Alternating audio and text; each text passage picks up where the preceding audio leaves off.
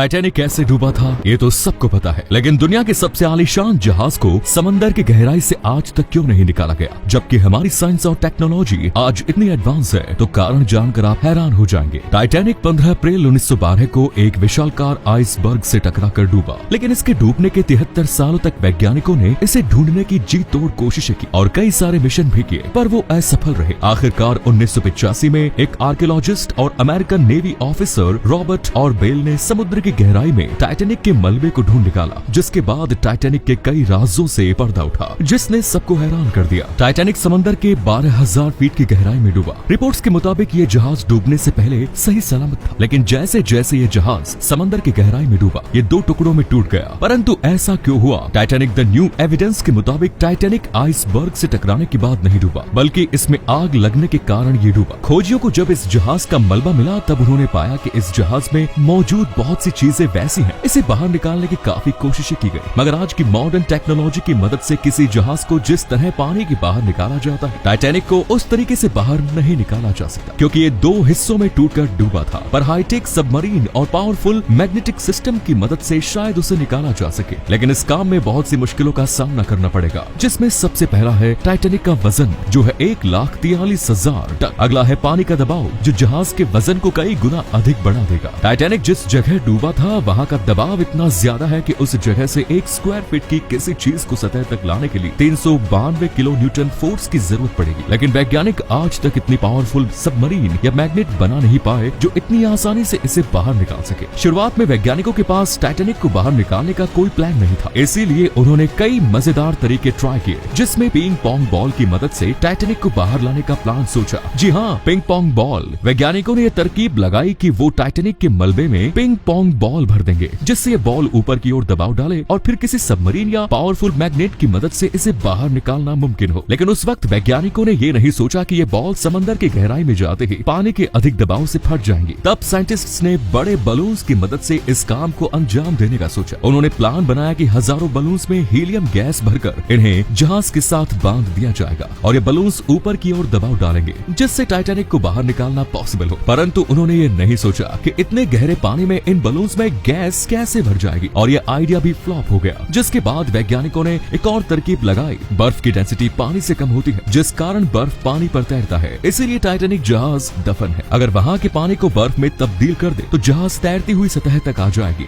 इस तरकीब की खोज अमेरिकन इंजीनियर जीन पियरे ने की। उन्होंने बताया कि इसमें भारी मात्रा में लिक्विड नाइट्रोजन की जरूरत होगी, लेकिन ब्रिटिश गैस कंपनी BOC के मुताबिक इसके लिए 5 लाख टन लिक्विड नाइट्रोजन की जरूरत है। पर सवाल ये था कि इतनी ज्यादा मात्रा में लिक्विड नाइट्रोजन को इतनी गहराई तक कैसे ले जाया जाए, और अंत में ये प्रोजेक्ट भी बंद हो गया। जिसके बाद एक शिप बिल्डिंग कंपनी ने टाइटैनिक को निकालने का आइडिया दिया। उनके मुताबिक सबसे पहले टाइटैनिक पर जमे गंदगी को पावरफुल वैक्यूम क्लीनर से साफ कर इसे मजबूत लोहे की तार की मदद से इस बोट से जोड़ दे, तो बाकी का काम ये मशीन खुद ब खुद कर देगी। और एक ऐसे सबमरीन का इस्तेमाल करना होगा जिसका टैंक गैस से फुल हो। इसके अलावा इस प्रोजेक्ट के लिए भारी मात्रा में बिजली की जरूरत होगी। वैज्ञानिकों के मुताबिक इस पूरे प्रोसेस में 20 मिलियन किलोवाट बिजली की जरूरत है, जिसके उत्पादन के लिए एक पावर प्लांट की भी जरूरत है। लेकिन यहाँ समस्या ये थी कि बीच समंदर में पावर प्लांट भला कैसे बनाया जाए। वैज्ञानिकों ने तैरते हुए पावर प्लांट बनाने का भी सोचा, पर इतनी गहराई में बिजली की तारें पानी के दबाव से टिक नहीं पाएंगी और फट जाएंगी। कैसे भी करके अगर इस प्रोजेक्ट को पूरा कर भी दिया गया तो भी ये काफी महंगा साबित होगा, इसीलिए इसे तुरंत बंद कर दिया गया, क्योंकि टाइटैनिक को पानी के बाहर लाने में जो खर्चा होगा उसकी वसूली करना लगभग नामुमकिन है। इसी कारणवश इस प्रोजेक्ट को कोई अंजाम नहीं देना चाहता। अगर कोई कंपनी इसे निकाल कर किसी म्यूजियम में रख भी दे तो भी इसमें किए खर्च की वसूली करने में 100 साल से भी ज्यादा का वक्त लगेगा। हालांकि इस आलीशान जहाज से पूरी दुनिया की भावनाएं जुड़ी हैं, लेकिन फिर भी कोई कंपनी इतने घाटे का सौदा नहीं करना चाहता। वैज्ञानिकों के मुताबिक बैक्टीरिया इसे नष्ट कर रहे हैं और 2030 तक समंदर की गहराई से टाइटैनिक का नामो निशान मिट जाएगा। इतना ही नहीं, टाइटैनिक बहुत सारे समुद्रिक मछलियों का घर बन चुका है। इसीलिए 2001 में यूनेस्को ने टाइटैनिक को under water cultural heritage protected site घोषित कर दिया। कहा जाता है टाइटैनिक को पानी के बाहर निकालने में जितना खर्चा होगा, उतने पैसे में इससे भी बेहतर और आला दर्जे के 10 जहाज खरीदे जा सकते हैं। लेकिन दुनिया में चाहे जितने भी आलीशान और बड़े जहाज क्यों न बन जाए, टाइटैनिक को लेकर आज भी लोगों के मन में जो उत्साह है उसकी बराबरी कोई नहीं कर सकता। टाइटैनिक ने 10 अप्रैल 1912 को साउथहैम्पटन से न्यूयॉर्क की ओर अपनी यात्रा शुरू की।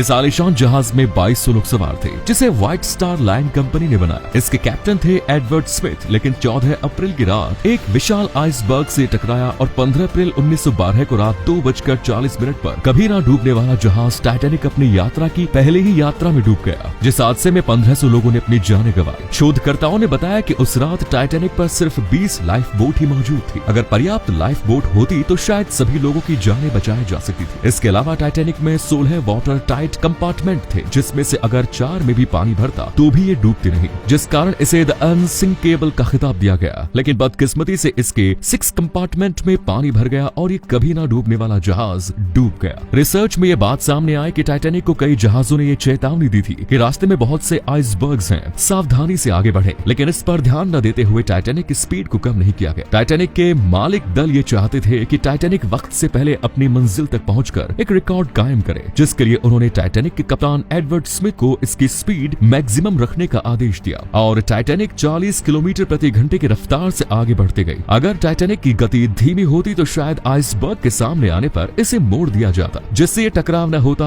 और न ही सदी का सबसे बड़ा हादसा होता, जिसने इतने मासूमों की जान ली। वैसे तो टाइटैनिक के डूबने के पीछे हजारों वजह थी, लेकिन आइसबर्ग को ही टाइटैनिक के डूबने की असल वजह माना जाता है, जो कि टाइटैनिक को कभी पानी से निकाला नहीं जाएगा। और अगर ये ऐसे ही साल दर साल समंदर की गहराई में टिका रहा तो हमारी आने वाली नस्लें भी इस अनोखे जहाज की सिर्फ कहानियां ही जान पाएंगी।